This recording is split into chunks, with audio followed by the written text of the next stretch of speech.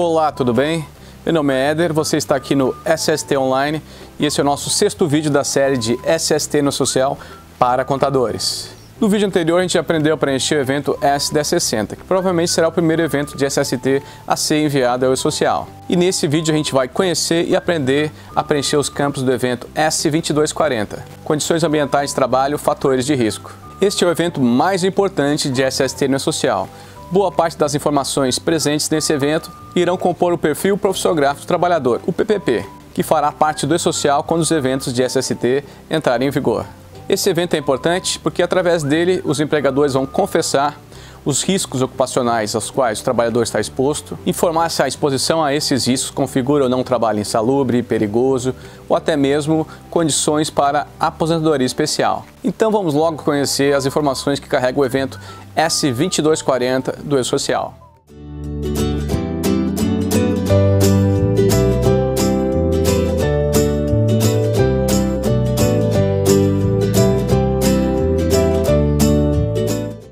Vamos conhecer agora algumas orientações do Manual do Social sobre o evento S2240.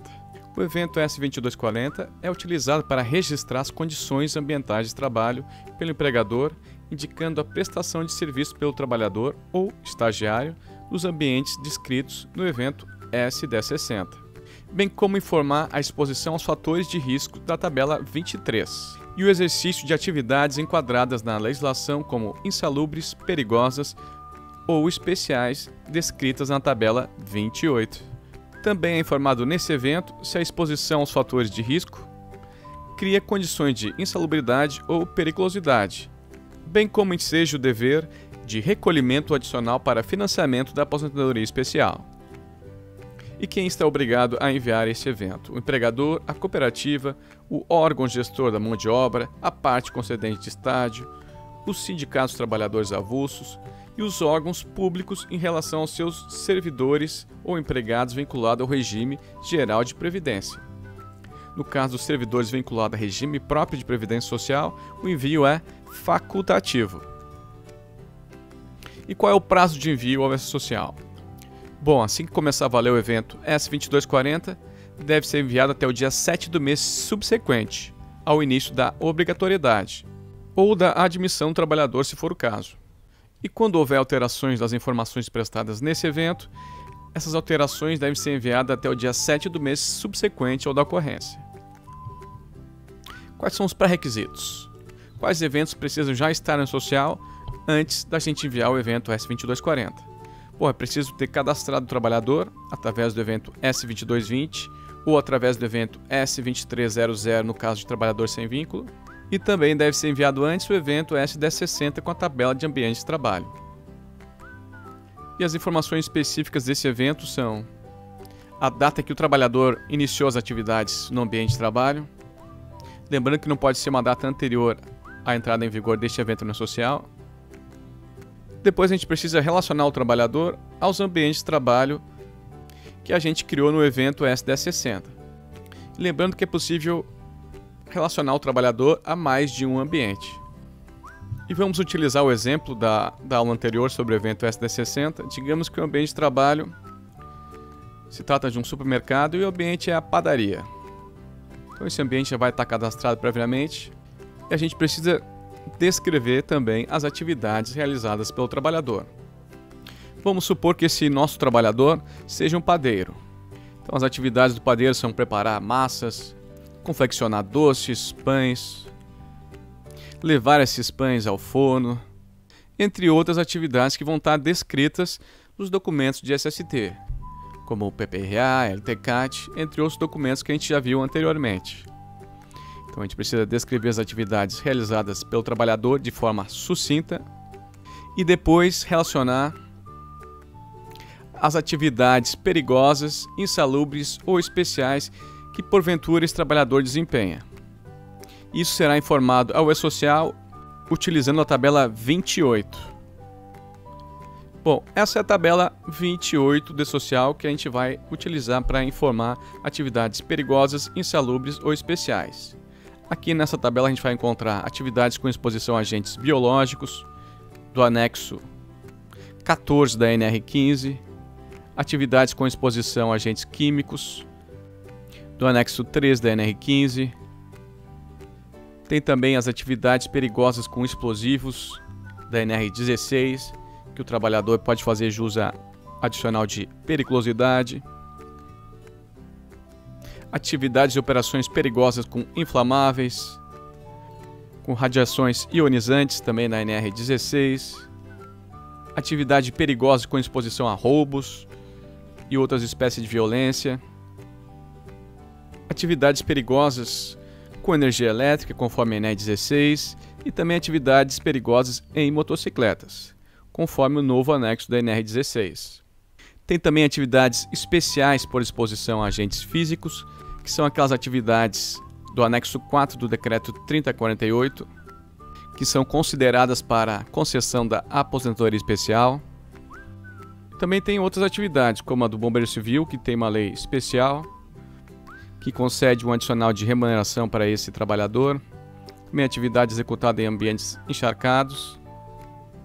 E atividades especiais por associação de agentes, conforme o anexo 4 do decreto 3048.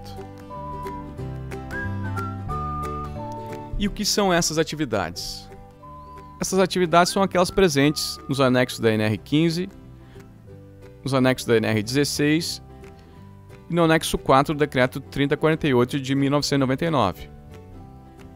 No caso de insalubridade, para determinados agentes, a caracterização da insalubridade é feita através de avaliação quantitativa, ou seja, a exposição ao agente precisa estar acima dos limites definidos na NR15.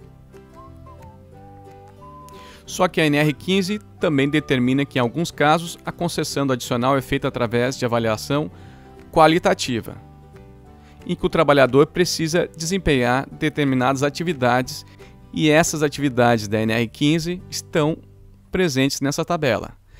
Aquelas atividades consideradas perigosas presentes nos anexos da NR16 também estão aqui, e a gente vai encontrar também nessa tabela 28 as atividades com exposição a agentes físicos e biológicos presentes no anexo 4 do decreto 3048. Então, sempre que a insalubridade, a periculosidade ou a aposentadoria especial é caracterizada pela atividade que o trabalhador desempenha, a gente vai ter que selecionar a atividade nessa tabela. E para saber se o trabalhador desempenha alguma atividade insalubre, perigosa ou especial, a gente tem que consultar a conclusão do lado de insalubridade, do lado de periculosidade e também do LTCAT. Lá a gente deve encontrar essa informação. E quando o trabalhador não desempenhar nenhuma atividade especial, perigosa ou insalubre, a gente vai selecionar a ausência de correspondência. Ou seja, na maioria dos casos vai ser ausência de correspondência. Então, continuando com o nosso preenchimento do evento S2240, a gente selecionou a atividade ou selecionou ausência de correspondência. No caso do padeiro, seria ausência de correspondência. Agora a gente vai precisar informar os riscos aos quais o trabalhador está exposto, utilizando a tabela 23 do E-Social. Essa é a tabela 23 do E-Social que a gente vai utilizar para informar os fatores de risco aos quais o trabalhador está exposto. Então a gente encontra nessa tabela os riscos físicos, ruído, calor. Por exemplo, o padeiro pode estar exposto a ruído e também ao calor. E no caso do ruído e calor, é importante prestar atenção que existem dois códigos diferentes para esses agentes. Existe o ruído e calor para a legislação previdenciária, no caso de aposentadoria especial, e também existe o ruído e calor da legislação trabalhista, no caso de insalubridade. Se você quiser saber a diferença entre o ruído e o calor trabalhista e previdenciário, consulte nosso site que a gente tem um artigo lá explicando detalhe por detalhe o porquê dessa diferença. Então nessa tabela a gente encontra os agentes físicos, os agentes químicos, que são diversos, os agentes biológicos, os riscos relacionados à ergonomia, os biomecânicos,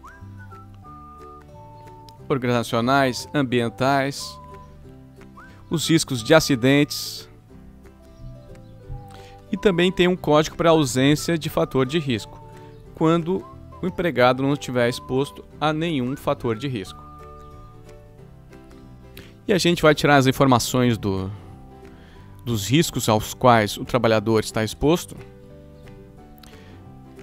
nos documentos de SST, como PPRA, LTCAT, o levantamento de riscos ergonômicos. E o ideal é que esses documentos já estejam adaptados ao E-Social para que qualquer pessoa facilmente identifique os riscos presentes aqui na tabela 23 do E-Social. E uma observação importante é que todo grupo de fator de risco tem a opção Outros. Caso a gente não encontre o risco na tabela 23, a gente pode selecionar Outros e depois descrever o fator de risco.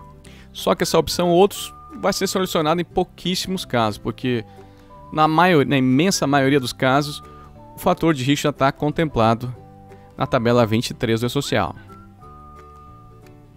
E depois que a gente selecionou o fator de risco, digamos que a gente selecionou ruído contínuo intermitente, a gente precisa informar o tipo de avaliação, se é qualitativa ou quantitativa.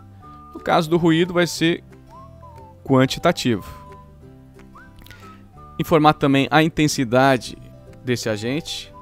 Também tem o campo de limite de tolerância, só que esse campo é para ser usado somente no caso de sílica e calor, porque o limite de tolerância no caso do calor vai depender da atividade do trabalhador, do regime de trabalho e das horas de exposição. E no caso da sílica, o limite é definido pela fórmula no anexo 12 da NR15. Então, como a gente selecionou o ruído, a gente não precisa informar o limite de tolerância. É preciso informar também a unidade de medida. Digamos que a gente fez uma dosimetria, a técnica utilizada. Digamos que a gente fez uma audiodosimetria seguindo a metodologia da NHO 01 com os limites da NR15. Então a gente tem que descrever essa metodologia. E também para cada fator de risco é preciso responder a pergunta se configura trabalho insalubre, perigoso ou especial. No nosso caso, o ruído está abaixo do limite de exposição, então não configura. E lembrando que a gente tem que ter muito cuidado ao preencher esses campos, porque se a gente informar que configura trabalho insalubre ou aposentadoria especial, o trabalhador tem que receber um adicional de remuneração e no caso de aposentadoria especial, a gente tem que recolher um adicional sobre a alíquota de GIL-RAT, que no caso do ruído é de 6%. Lembrando que a gente pode associar ao trabalhador diversos fatores de risco. Depois a gente precisa preencher as informações sobre as medidas de controle e proteção, sobre os EPIs e EPCs utilizados. Utilização de EPC, equipamento de proteção coletiva, a empresa poderia implementar, mas não implementa. O EPC é eficaz, a gente não precisaria preencher. E utilização de EPI, nesse caso, digamos que o trabalhador utiliza um protetor auricular. Então, utilizado. A gente informa o número do CA, que é o certificado de aprovação do EPI. Esse número do certificado de aprovação vai estar no próprio equipamento. A descrição do EPI, nesse caso a gente não precisa descrever porque a gente já informou o CA. E depois a gente tem que responder aquelas perguntas sobre EPIs que também estão presentes no nosso PPP atual. Quer informar se o EPI é eficaz, se foi observada a hierarquia das medidas de proteção, observar as condições de funcionamento do equipamento, observado o uso do EPI, a validade do CA, a periodicidade de troca, a higienização do equipamento. A gente tem que responder todas essas perguntas para cada equipamento de proteção individual informado. Por fim, a gente tem que preencher também as informações relativas ao responsável pelos registros ambientais. Aquele profissional que é responsável por elaborar o documento de SST, que foi a fonte de informações para a gente preencher este evento. Aquele profissional que elaborou o PPRA, o LTCAT.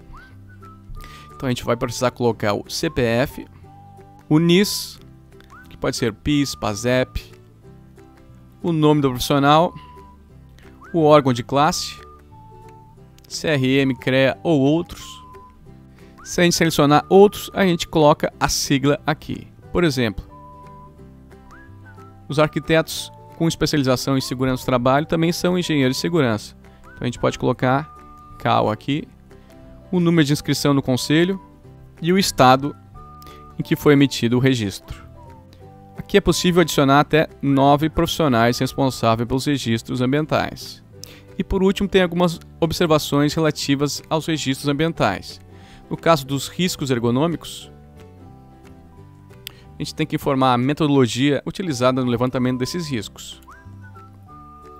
E tem este campo de observação sobre os registros ambientais. Lembrando que um desses dois campos deve ser preenchido, ou a metodologia dos riscos ergonômicos, ou outras observações. Por exemplo, se não foi utilizada nenhuma metodologia, a gente pode descrever aos órgãos públicos informações importantes sobre os nossos registros ambientais. Como a gente pode notar, esse é o principal evento de SST no social. Ele carrega informações estratégicas sobre as condições ambientais de trabalho da sua empresa. Informações equivocadas preenchidas nesse evento podem levar a multas, ações judiciais e outros transtornos para as empresas. Principalmente quando o próprio trabalhador tiver acesso ao e-social e tiver acesso a essas informações que a empresa enviou sobre as condições ambientais a que ele estava exposto. Porque essas informações têm relação com os adicionais de remuneração que o trabalhador pode ter direito e também a aposentadoria precoce desse trabalhador. E por isso você, contador, deve fazer parceria com uma boa empresa de saúde e segurança do trabalho para evitar transtornos para seus clientes. Eu vou ficando por aqui, muito obrigado por estar assistindo, acompanhando essa série. Não se esqueça de se inscrever no nosso canal, dar o joinha, espalhar esse vídeo. E eu te aguardo no próximo vídeo da série de SST no E-Social para contadores. Um grande abraço e te vejo no próximo vídeo.